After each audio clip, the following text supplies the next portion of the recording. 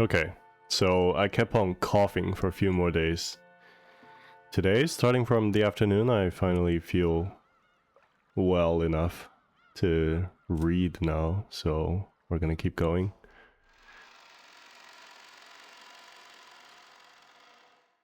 Last time we were moving to baby Maria's perspective right before the family conference, and they're on a train, which I'm guessing is rare for Ushilamiya to be on a train, since they're so rich. The family conference isn't for playing. We're going to meet grandfather, so you have to dress up nice. While it wasn't completely full inside the train, it was really packed, with almost all the seats occupied by passengers. Maria was making a fuss among them, stomping her feet on the seat while Rosa scowled at her. Rosa had warned her many times to lower her voice, but Maria hadn't obeyed her at all. Once Maria got like this, no matter how much she would try to explain the situation or calm her, she wouldn't listen. Before, Rosa used to pamper Maria and give in to her at times like this, but that had probably been a mistake. Surely Maria had gained the mistaken impression that throwing a tantrum long enough would make her mother give up and do what Maria said. Isn't child rearing the most difficult thing to get right? Rosa had realized that error with the help of an educational book, and since then, she'd hardened the part of her heart that wanted to pamper her beloved daughter. Her mutual understanding with Maria began to grow weaker and weaker, and she began to get discouraged by her own powerlessness more and more often. Okay, I'm back. Wait, I turned off the volume. Wait. There we go. Let's keep going.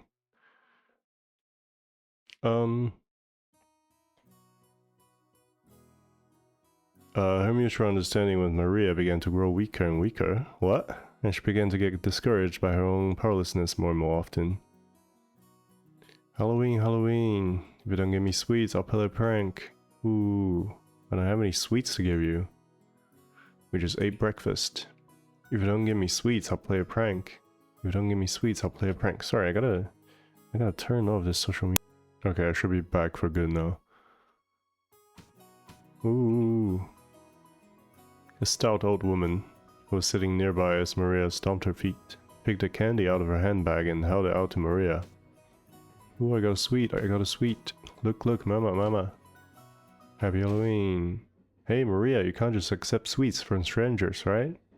Give it back. Oh, don't worry about it, ho ho ho. She's such a spirited young lady. How old is she?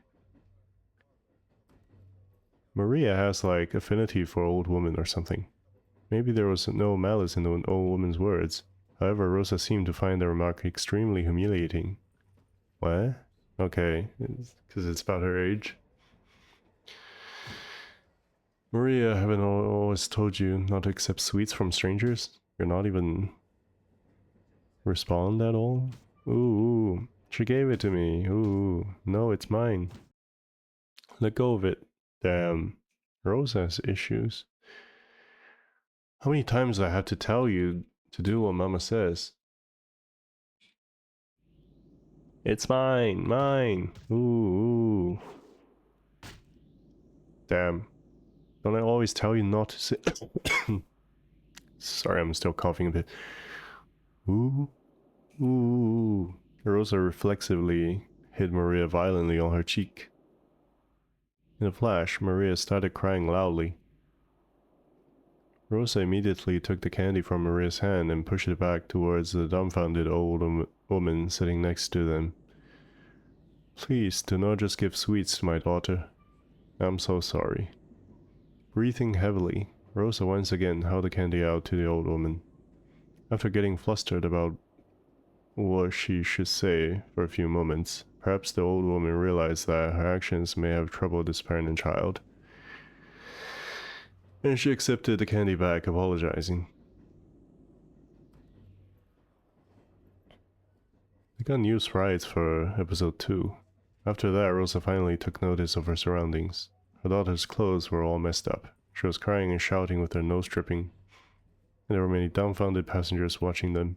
Except for the sound of the train running, the interior was completely silent. Fortunately, that pitiful silence didn't last more than a short while. However, it was followed by an even more painful atmosphere as everyone began to whisper. Damn. Maria shouted, cried, kicked, and stomped her feet as usual, paying no heed to the people sitting around her. Impulsively, Rosa tried to slap her again, but she noticed the cold eyes of the people in the train and couldn't. When the train stopped, Rosa forcibly pulled Maria's arm and got off, almost dragging her daughter along. I'm not good at saying along, I've realized. I keep saying alone. Maria didn't stop crying. Rosa took her to the end of the platform and hit her cheek again. Damn. At the moment she was hit, Maria stopped crying for an instant, but before long she shouted and cried even more than before. Overwhelmed with emotion, Rosa grabbed the nape of Maria's neck and dragged her, tugging at her hair. Ooh, mama it hurts, mama it hurts, ooh. Didn't I tell you to shut up? That ooh of yours. I told you to stop. That's the reason you can't make friends in class, right? Get a hold of yourself. Or you're still a kindergartner inside your head. Why can't you do what mama says? Ah, man. Why? With those severe words, Rosa hit Maria's cheek over and over again. The more Maria cried and shouted, the more Rosa hit her. And the more Maria was hit, the more intensely she cried and shouted. Mama, it hurts. Mama, it hurts. Mama, save me. Mama, save me. Huh. Why can't you stop saying ooh? This is exactly why you can't make friends. This is why Papa's business trip never ends. Damn. This is why I... excuse me, ma'am. Is everything alright? Do you want something? The one who timidly called her was the station attendant. There was a glare at the attendant with a look that said, "Don't butt into the problems of a mother and child, stranger." Of course, the attendant surely hadn't wanted to get involved either. However, Rosa had been yelling on the platform for a much longer time than she had imagined. Her emotional scolding had led the passengers on the platform to advise the attendant to call out to her. Rosa yelled at the attendant, saying not to worry anymore, since they'd be getting on the next train. And then finally, or rather, for the second time, she noticed the passengers on the platform staring at her from a distance. Man, she's a child herself. Rosa sweat slightly and felt a breeze make her sweat go cold, tormenting her. Maria still kept on crying, shielding her own head. Of course, if this beating continued, she'd probably keep crying indefinitely. I did it again.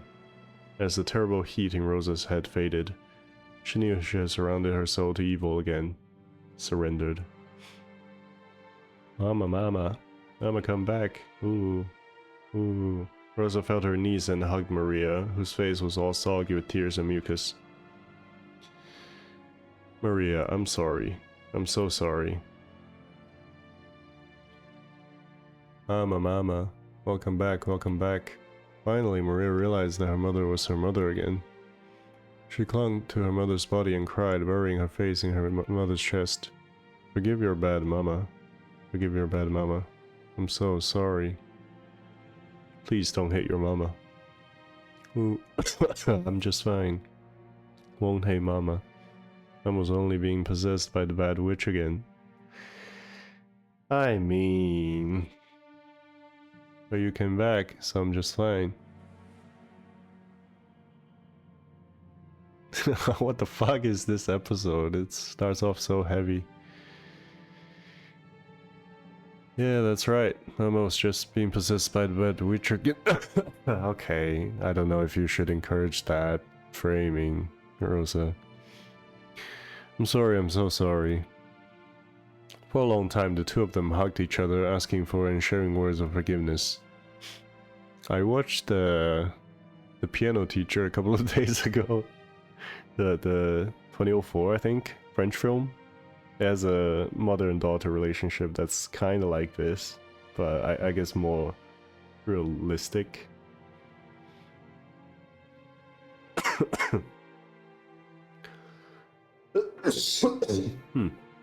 Coughing a lot again. Maybe I shouldn't be reading so much after all. Gonna drink some water, see if that makes things better. Okay, I'm gonna be sipping hot water from now on. After a while, they calmed down and both moved back at the same time. Maria's face and Rosa's face were both deep red after crying their eyes out. Do you want to have a Halloween festival, Maria? Yeah, I wanted to show those pumpkin marshmallows to George Oni-san, Oni-chan, and Jessica One-chan. It was a candy they'd been selling near the cash register at the shop where they'd eaten breakfast. Fancy sweet had a big orange marshmallow in the shape of a jack-o'-lantern attached to the tip of a stick. Maria had wanted it and had insistently pestered Rosa for it. Rosa had refused, saying that there was no way she could buy sweets right after breakfast. Then Maria, I don't know if they sell those in this town or not, but let's get off and try searching for them, okay? Yeah, I love you, Mama. I love you so much. Thank you. I love you too, Maria. Okay, so this is why they were late for the meeting. I mean, late at the airport. The truth was that they didn't have time to waste loitering around at a stopover station. If they missed the airplane, they'd fall half a day behind schedule. If only they did.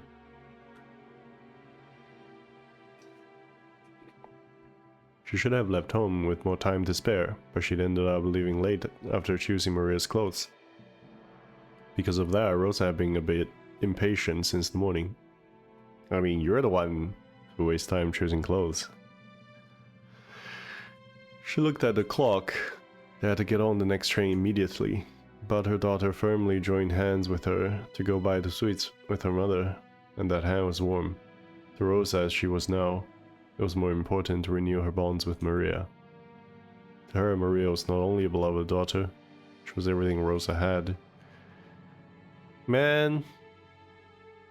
Fortunately, they could see a big supermarket right in front of the station. Like, it's so relatable, but it's so wrong. I wonder how the psychology of that works. Like, somebody is a certain way, and you're frustrated they're not some other way. In a very, like, in a way that seems very reasonable to you, but it just isn't.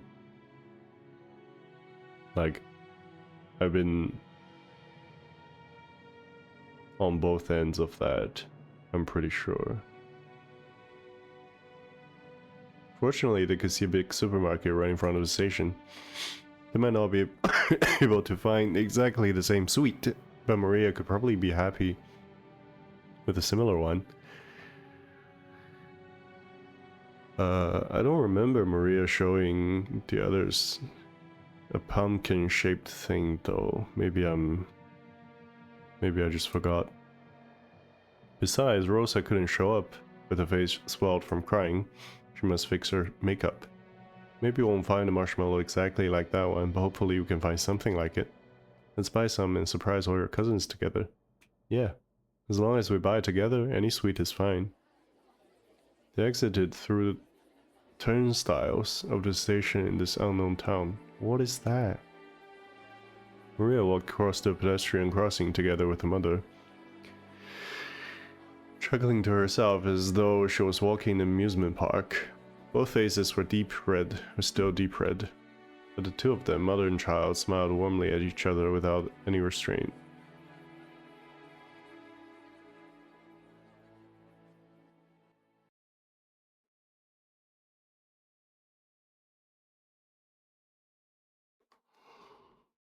Dear,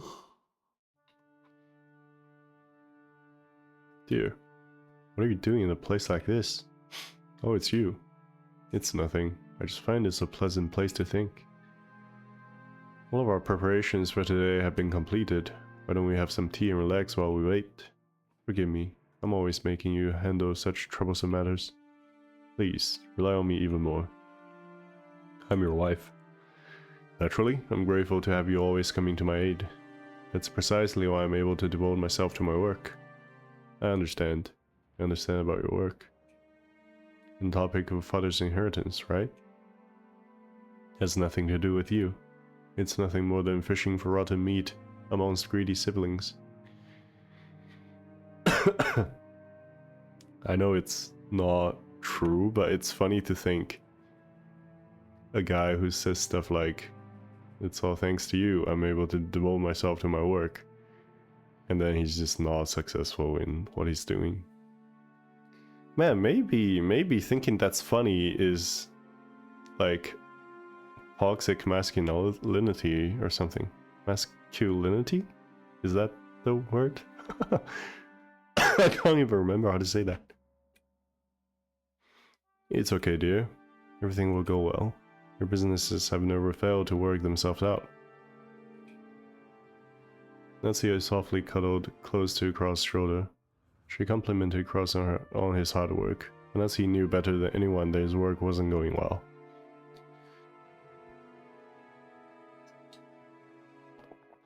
Cross's project was something like a seesaw, where a large amount of money swings. Big investments can lead to massive payoffs, but like large seesaws, they tend to shake a lot, while moving very slowly instead of showing immediate results. At times, it's possible to make further investments, so that the seesaw inclines faster towards the side you want. Of course, you'd only do that if you're confident you'll be able to recover all your investments in the not so distant future. However, the seesaw Cross chose never turned out as he would have liked them to. His foresight wasn't wrong, but the times were moving sluggishly. They never managed to catch up with him.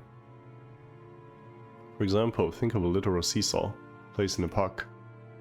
It's a really popular item, so there's always someone playing on it. You've got to wait a long time for a turn. Let's say that one day you spotted one of those seesaws that was completely unused, and you raced to grab it first and have it all to yourself. However, unless someone got on the opposite side of the seesaw, you wouldn't be able to play on it. What if lots of time passed and nobody came to the opposite end? Seesaws are popular, so if you wait long enough, a companion will surely show up. But Cross noticed something. The weather's getting worse, so nobody's coming outside to play. The seesaws are popular, so someone will surely come eventually. If he vacated his place because of the worsening weather, it could certainly be snatched away. And once again, he'd end up longingly gazing from a distance at someone else having fun on the seesaw. On one side of the seesaw, he continued to wait patiently all alone. That was Cross's project, his current situation. That was a very good analogy. I didn't think it would be in the beginning. If only I had a bit more courage and the self-confidence to believe in my own foresight, I would never have failed. Yes, that's true. Your foresight is never wrong. You're the only one who inherited father's resourcefulness, inherited an innate disposition that none of the other siblings did. But I could never believe in it. I always shut my own projects down like a coward. That is actually kind of relatable as well, you know?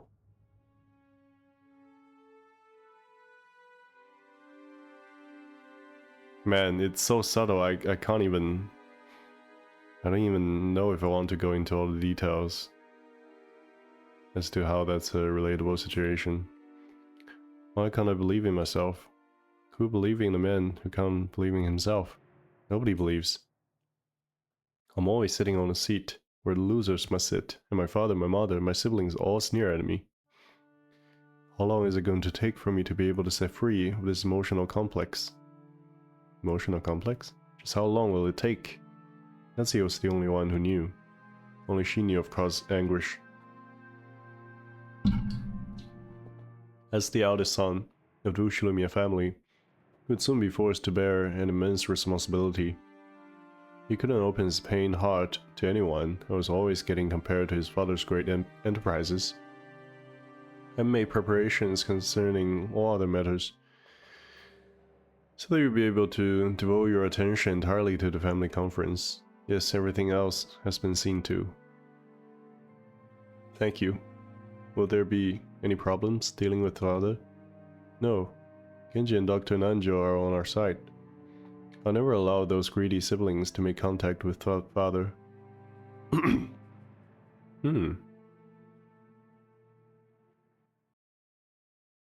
Are they on your side?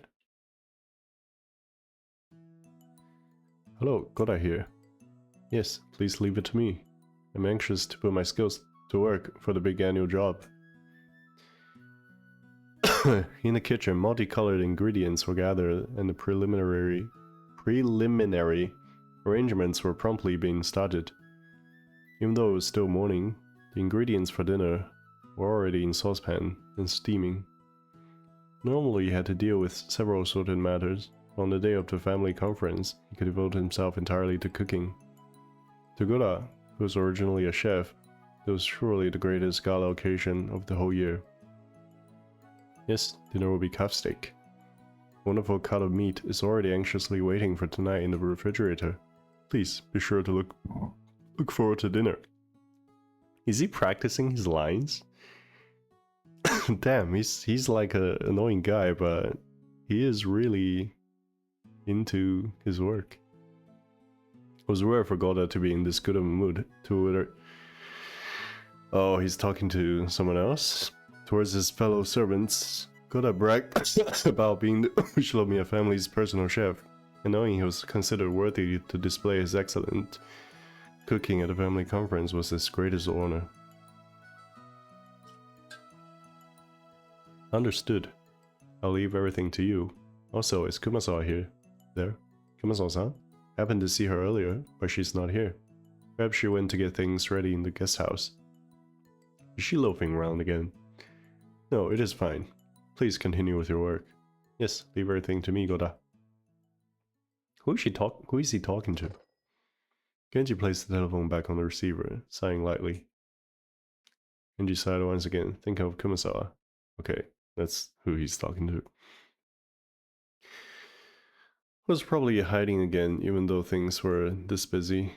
And the ostentatious Goda, who only felt like doing anything on a day when he could show off. I mean, that sounds like this would be the best day for Kumasawa to slack off. Excuse me, the preparations for all the rooms in the guest house are complete. We received instructions from a lady to prepare a room for 4 people so that children can spend the night together. So what shall we do? I hear Balor-sama will be coming for the first time in 6 years. Presumably, Milady wants to stay up late into the night with her 3 cousins. Make the preparations. You do not need to tell Madame. I see, certainly. So they have some degree of discretion. So tonight we'll have the late night shift, followed immediately by the morning shift. I feel like Japan has changed me. Like if you didn't know, I spent 2 weeks in Japan between last episode and the prior one. And, you know, throughout the entirety of episode 1, I was always talking about how absurd it feels that there are all these servants who are just really into serving the family, like it's their life's mission or something. And I was talking all the time about how I cannot relate to that at all. But Japan has changed me. Like I now kind of see it would be maybe kind of fun if you like spend a lot of time and effort trying to like what they're doing here.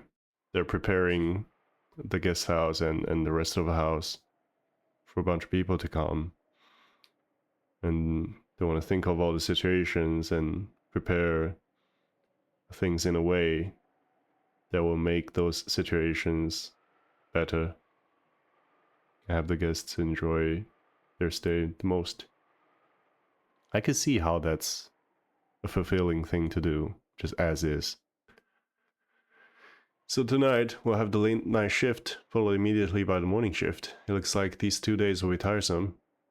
Speaking of which, the weather forecast is saying a typhoon will strike in this area. Will everything be alright? Nope. Assuming the typhoon doesn't stray too far from its course, it may affect the boat ride back for the family members. Boat ride back. The family conference's schedule might be extended until Monday or Tuesday. Our task may be a long and tiring one, but I earnestly ask that you take care not to make any blunders. Shannon, remain calm and do not panic. Kano, be sure to greet our guests in a sociable manner. What a tried command. Be sociable. Yes, I'll be careful. I'll be careful. Today we must conduct ourselves in a manner suitable for a very important guest. See to it that you make no blunders. We understand. All guests who visit here are important. Kano, in the truest sense, we'll be receiving a very important guest today. Make sure that you're prepared. What does he know? What does he know? Like, Kano and Shannon have met with the witch themselves, but when they did, it seemed like they weren't like not trained for that at all. It's like a one-off thing. So it's not like the servants all knew what's gonna happen, but seems like Genji knows something. Yes, sir. Shannon, is something the matter? You seem to be uneasy. Do you have some prior engagement at this time? Huh? No, it's nothing. My apologies. Okay, I'm back. Nizan, important guests will be arriving today. Detach yourself from your private life. I don't know what you mean by private life. As Shannon blushed just a bit, she turned her gaze away from the clock. It was about time for the airplane carrying the family to arrive at Nijima. She tried to hide the fact that her upcoming long-awaited reunion with George was making her heart race. It's been what, maybe a couple of months? Akanon, who stood beside her, seemed to see right through her.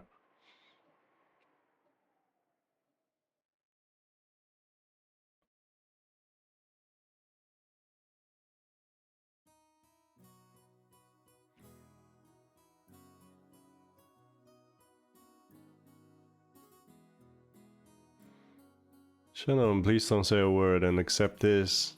Inside the bathroom stall, George was practicing something over and over. Why does he look so... Oh, why is my volume so high? Why does he look so pathetic when he's alone? Taking out a small valve box, hidden in his pocket like a quick draw Tizer gunman. That's not it. Shannon likes men who are more assertive. It's cute. We're gonna pump it up with more horsepower. Shannon, put this on your ring finger. That's an order, okay? Ah, if I don't say it properly. That's on the left hand. Maybe she'll put her on her right hand. No, Shannon isn't that ignorant. But unless there's some room for her to express her free will, that'd be a little, I mean... As he crossed his arms, muttering, someone knocked on the door. George was snapped back to reality.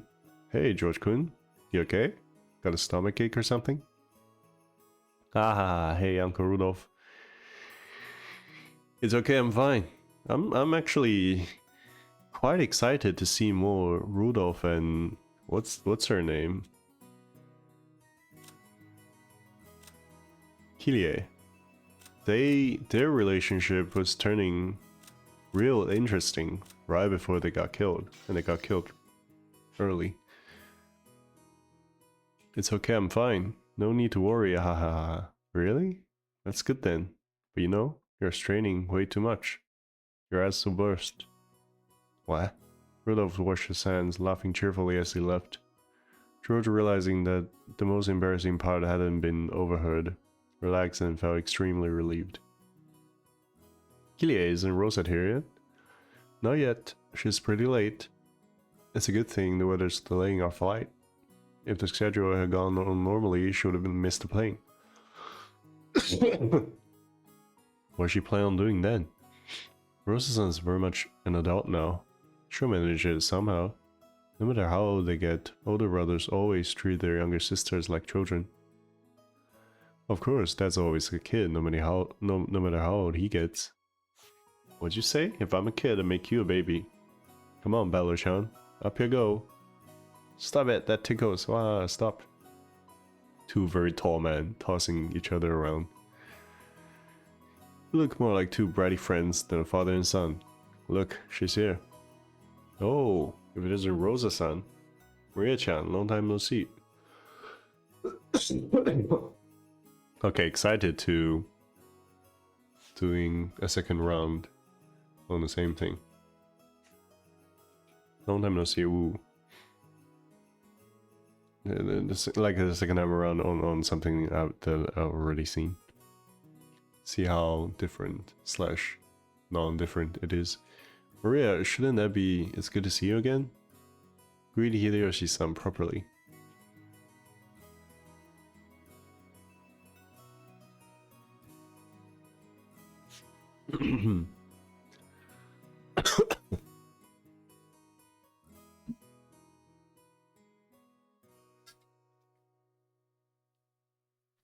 Ooh, it's good to see you again. There you go. Well said. How about some candy as a reward? Oh, huh. Where'd I put it? Rosa-san, it's good to see you again. It's good to see you too, Maria-chan. Maria-chan. I think I need to stop saying chan. Chain. Wait, what did I say? It's been too long, Kirei-ne-san. Hideyoshi-ni-san. And oh my, Balakun? Look how big you've gotten. Ah, come on, haha. It's embarrassing to hear that from everyone I meet.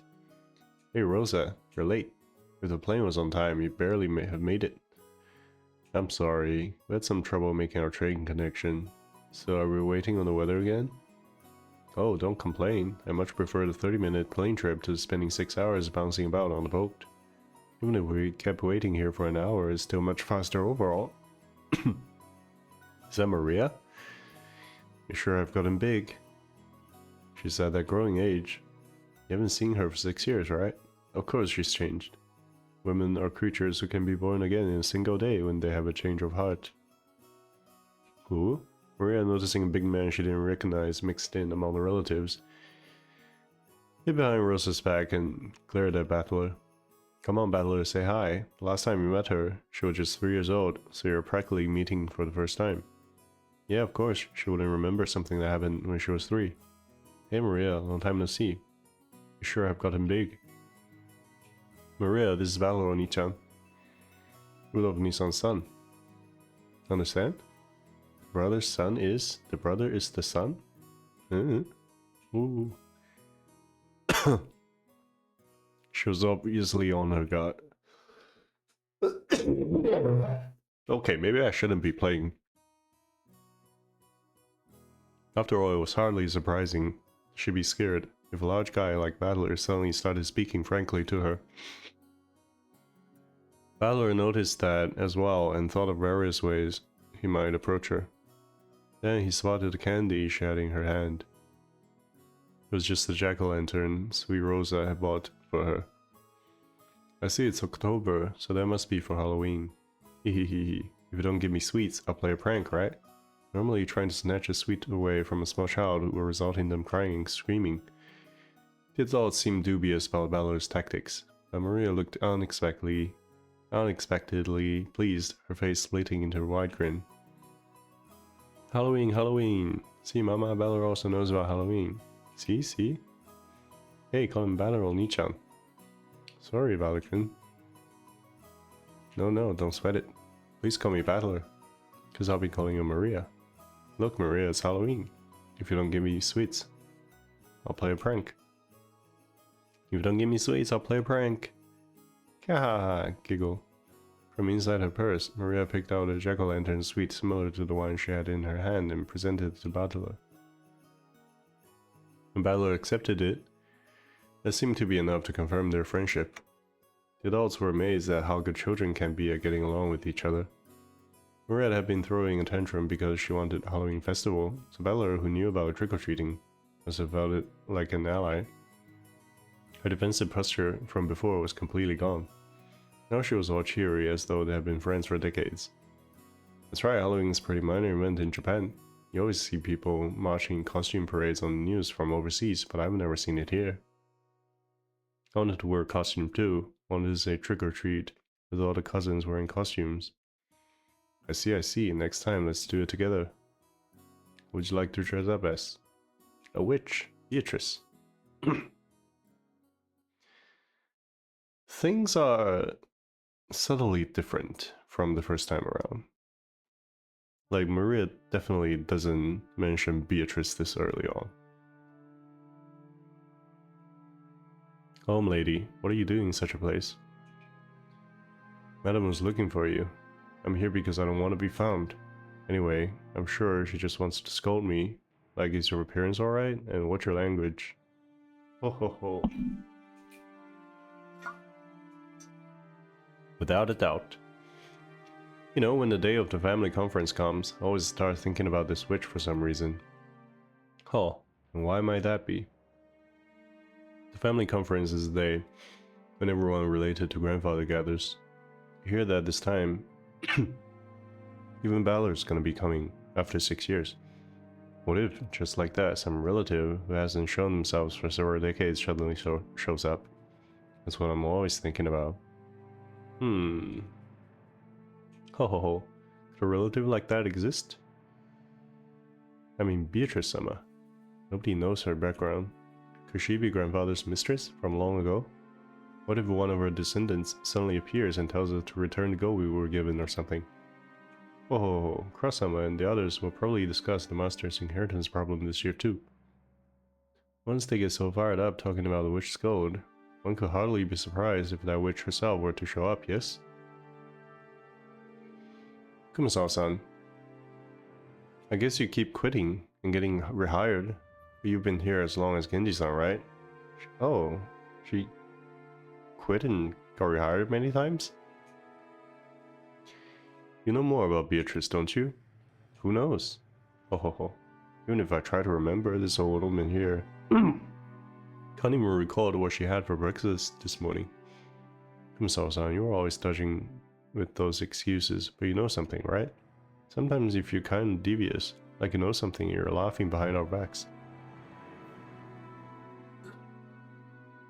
Oh, that's harsh. I don't have any secrets. The only thing I can say is that Beatrice-sama is the Golden Witch, and that she is now the master who controls the night of this forest. Okay. Now you're just repeating stuff grandfather said. It must be a pain to play along with grandfather's crap, even though you get paid for it. However, I can say this much. What? In ancient times, Lokenjima was feared and called Atsukishima. Atsuki being island? What is Atsuki? Atsuki is said to be a corrupted form of Akujiki. And in fact, it was called Akujiki Shima. Evil Appetite Island.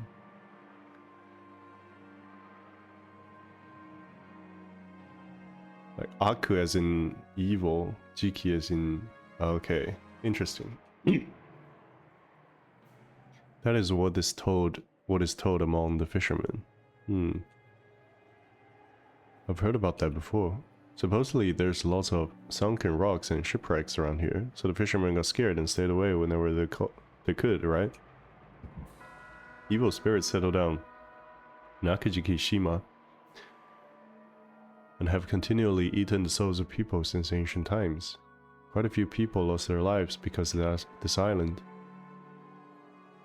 And then that monk, the traveling Shugenja or whatever, built their shrine, reposed the souls and settled them here, right? Sounds pretty crazy though. And that shrine for the repose of souls was destroyed by an eerie violet thunderbolt this summer, which tore up the darkness of the night. Kumasawa-san, you really like those stories. Okay, sure, it'd be pretty creepy if a thunderbolt took out a shrine. But well, it was all worn out from the start. Maybe it just got washed away by some big wave. Haha. Evil spirits of Akatsuki Shima woke from their slumber and summoned Beatrice-sama.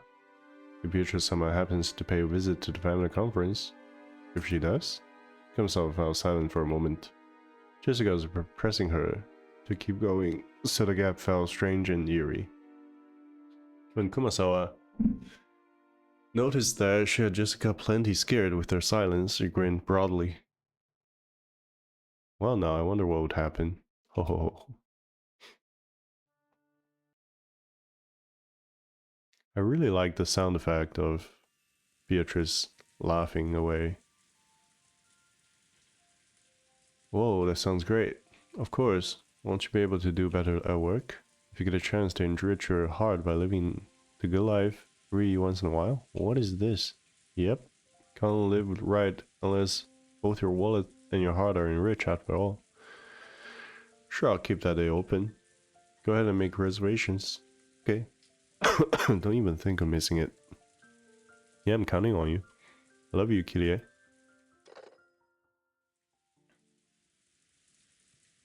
After kissing the receiver, Rudolph hung up. Before his seat, there were several executives with their sleeves rolled up, eagerly awaiting the end of the phone call. Sorry to keep you waiting. Have you heard anything from the States yet? Yes, you have a call from Dale Watanabe, the lawyer. I'll transfer it. On the whole, how's it going? Well, there does seem to be one unfortunate matter. It appears the other party has no intentions of withdrawing from the trial. Guess there's no fooling them. Haha. Please transfer it here. Understood. I'll do that right away. The executive ordered that the external line be transferred to the secretarial office. At once the phone in front of Rudolph rang. Hey there. Hello, hello. Sorry for the wait. Ushilimiya speaking. Thanks. How's it going on your end? Hello, President Ushilimiya. Let's skip the pleasantries and jump into the main issue. I've got good news and bad news. Which would you like first? Might as well start with the bad. I hate fighting when there's no dessert. Very well. The bad news is that the other party is getting ready to prosecute. Just a few days ago, a similar trial resulted in a decision in favor of the plaintiff. The defendants were using roughly the same arguments we plan to use. They were rejected in every case. I'm afraid to say it, but if we face the courtroom as we are now, it's extremely likely that each one of our claim will get rejected. So that trial ended up being a total bust after all. And I thought their position was even more solid than ours. That hurts. Okay, what about the good news? I managed to contact the executives of the other party, explain the situation we're in, told them we have no intentions of tarnishing their brand's image, and managed to get an understanding. They'll send us their terms over the next few days. If these are carried out, they promise to withdraw the charges. This is their proposal, according to the number 2 man on their board of directors. According to the number 2 man. Your impression? To be honest, I expect their terms to be extremely severe. We estimate that change in the company name and the brand name will be inevitable. Damn. I think we'll be able to earn some leeway by playing with the amount of settlement money, making a public apology in a major newspaper, and carrying all this out within a reasonable amount of time. They fucked up major, didn't they? They sure are making this complicated, when they could just tell us to go work. They only recently switched to a new president, and their groundwork hasn't been completely laid yet. If we resist until the bitter end, They fear the forces opposing the current president won't hesitate to aid their enemies. Hence, their big shots want this matter settled as quickly as possible too. So we might still have enough leeway to get them to mitigate their terms, if it'll lead to quick settlement. Either way, are we still looking at a crazy sum of money? You need to be prepared for that. Even that will be much cheaper than paying punitive damages. Thank you very much, sir. Please contact me if anything new happens. We're paying you the big bucks, so no idle chit-chat. Haha. Thank you, goodbye. Rudolph hung up the phone. The executive sitting in reception seats seemed to have guessed at the contents of that discussion. You guys hear that? Simply put, they'll forgive us if we can pile up enough money. Now all we gotta do is haggle over the amount of that money. But President, the likely sum of the settlement Mr. Watanabe indicated is too much. We don't have that much of a margin. If we'd known this would happen, we never would have started diversifying. The calculations were that we could escape a capital crisis if we managed to endure for 3 years.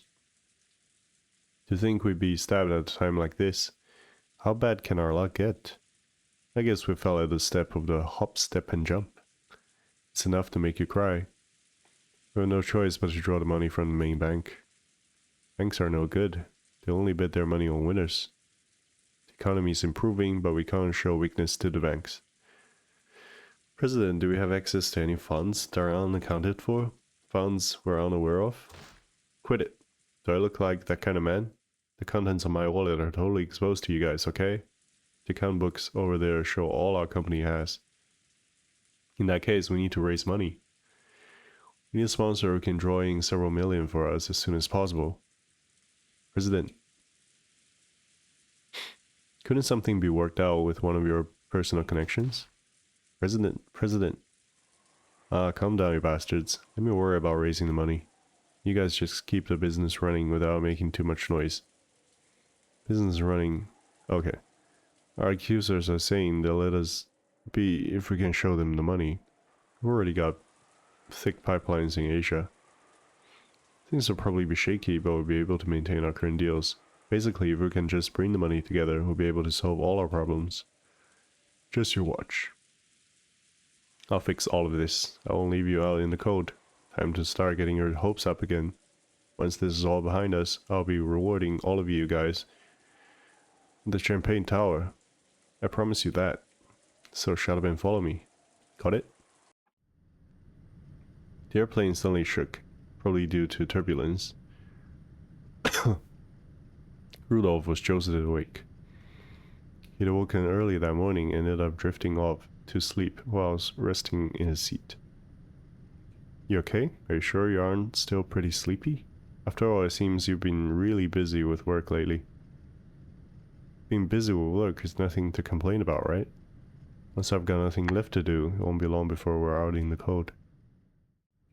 Good point. Now that even Balukun's back, we'd be looking at worse than just the two of us going around begging. Yeah, family's all together again for the first time in 6 years.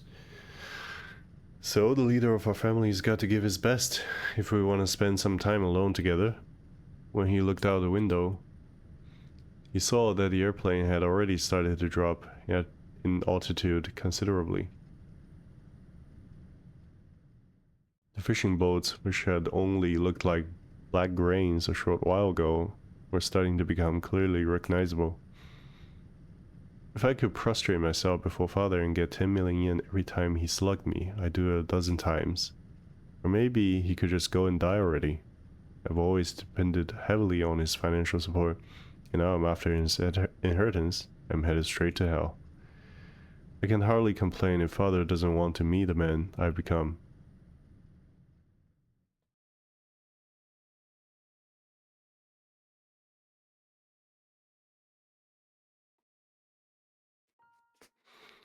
Could it be that once again you do not plan on making an appearance at the family conference? Nanjo looked at Kinzo's face, sighing. Kinzo's eyes remained rooted to a strange book on magic. I have no intention of joining those vultures in their debate. They can discuss how they'll suck my bones dry on their own. How utterly contemptible. My, how troublesome. Andrew shook his head slightly. To him, children and grandchildren were lovely things. He believed watching them grow was the only way to truly enjoy old age. So Kinzo's words were very saddening to Nanjo. A normal person? If the time comes for me to leave this room, I will show myself. Just as she does not show herself yet. When Kinzo raised his face, his gaze pointed at the portrait of the witch, which was respectfully displayed on the wall. Kinzo's mind didn't dwell for a moment on the fact that today was a family conference, where all his beloved relatives would gather. It was filled only by the face of the witch in the oil painting, who never smiled except inside the portrait. Everybody knew that interrupting Kinzo when he talked about Beatrice would trigger his wrath. Today I will hold a certain ceremony. Huh, and what might that be? Perhaps it is closer to a gamble than a ceremony.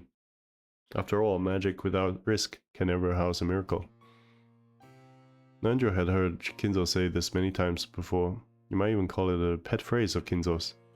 Kinzo apparently believed that magic and miracles could occur if you gambled your own fate with a certain amount of risk and triumph.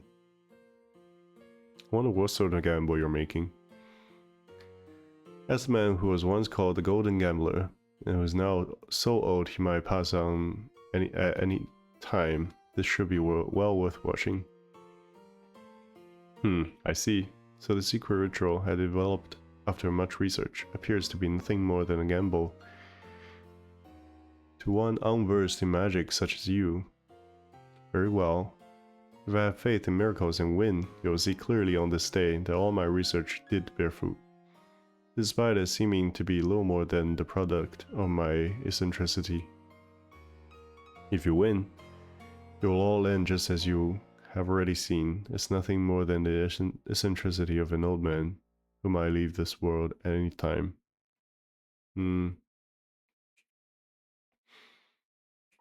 Oh, just what sort of gamble could you be planning to take? As your friend, that bet, or ceremony as you called it. I can only pray most sincerely that you achieve victory in it. Yes, I thank you. Speaking of which, Kinzo-san, have you heard that the much longed for guest will be present at the family conference this year? What? For once, Kinzo reacted to Nanjo's words and turned around. That's right, Balor-kun from Rudolph-san's family. I hear he'll be coming after an absence of 6 years. I'm sure he's become a splendid boy. Oh, Badler. I wouldn't call him a longed-for guest. A guest who's failed to show up for a mere 6 years. After hearing Badler's name, and making a disappointed and ill-humored expression, Kinzo turned his back again. I imagine those 6 years went by in a flash for you, considering how you immersed yourself in your research in this room.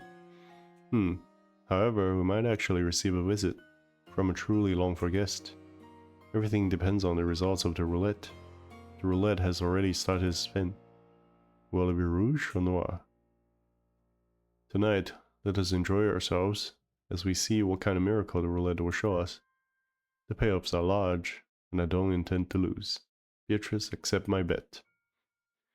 At that time, the telephone on the table rang. The piercing sound seemed to irritate Kinzo, and he picked up the receiver to preserve the silence as much as he could. What is it? I'm busy. Genji speaking. Everyone has arrived. What of it? Just serve them some tea or something. Certainly. I will do so. Kinzo hung up the phone rudely. Looking at that, Nanjo sighed yet again and shifted his attention outside the window. As he is now, I doubt Kinzo would pay any heed to any sort of guest. Could any guest possibly make Kinzo come out when the time comes, as he said? Kinzo had a single person in mind, but that was a guest who certainly wouldn't appear. Nanjo stared at the witch of the portrait with her impassive expression, unable to decide whether she was smiling or sad, and then gazed up at the lead-colored sky.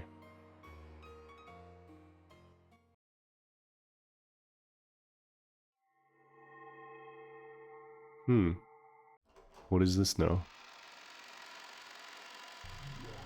What the hell?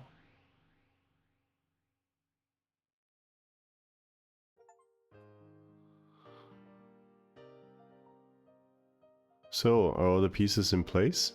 Shall we line them all up again and start a new game? Any objections from you? Nope, none. The witch looked at him challengingly, while elegantly smoking her pipe. And Balor? He just rudely shrugged his shoulders, as if he didn't care what she said. He didn't meet her eyes, but that didn't mean he didn't intend to challenge her. It showed his clear determination to never be taken in by this bastard's tricks. It was an expression of determination to fight. Don't tell me you're jumping into this without a plan. I don't even know how you make your first move, so I've got no plans or anything. Go ahead and move first. Naturally I'll do so. How shall I break down your defenses? How many moves will it take to checkmate you? This is where you'll see me at my finest. No matter what moves you come at me with, I won't believe in you. As long as I stand my ground on the point, I won't lose. And that means this game's built in a way that makes it impossible for you to win. Perhaps you're right. However, I'm the one who decides how many times we'll hold this game. We'll repeat it over and over again until I win and you acknowledge your defeat, see? In other words, this is torture. An eternal torture that shall continue until you surrender to me. It shall go on endlessly until you acknowledge me and the existence of witches. Then I'll play your game endlessly as many times as it takes until you run out of patience. I've never lost in tests of stubbornness. Oh, did a certain witch plant the idea in your head? Cackle cackle, very well. I'm tired of listening to your ramble. Come on, let's get this started. Then let us begin. I already know all of your moves. The defense doesn't amount to much if the plan behind it is known. Don't think you'll be able to defy me with the same moves. Beatrice, I've got just one thing to say before we start. What is it? Go ahead and say whatever you want. However, whether I believe you is something I'll decide for myself. No matter how impressive this magic of yours is, my soul won't yield to you. You think this is torture to me? You're wrong. Then what else could it be? This is torture for you. Someday you'll surrender to me and give up. Until then, you'll be tortured over and over again. How amusing, what an entertaining metaphor. Torture where we torment each other. Yes, truly amusing. Come on, shall we begin the torture? Who's showing me a Balor?